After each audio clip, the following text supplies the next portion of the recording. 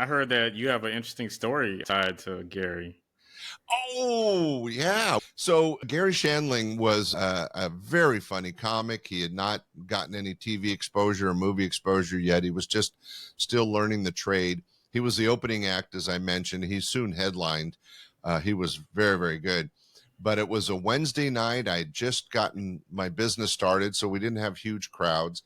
And LeTroy, I'm not kidding. It was like a Wednesday night. There's maybe 12 people in the audience. And, you know, show business, you always do a show. Doesn't matter how many people are there. Mm-hmm. And Gary's about halfway through his set. And this guy gets up and goes to the restroom.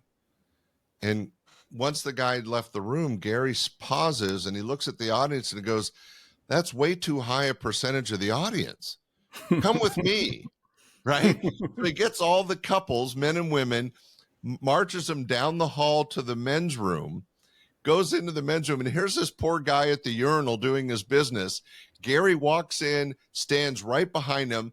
All 11 other people cram into the bathroom, and he just goes on with a set like nothing had happened. And this poor guy's trying to finish his business.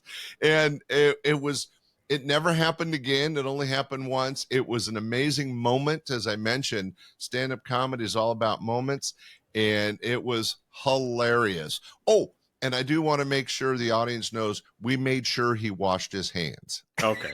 Yeah. Gotta be sanitary here. Oh, but Gary, you know, that was what was great about Gary Shandling. He was so natural with the audiences and so funny.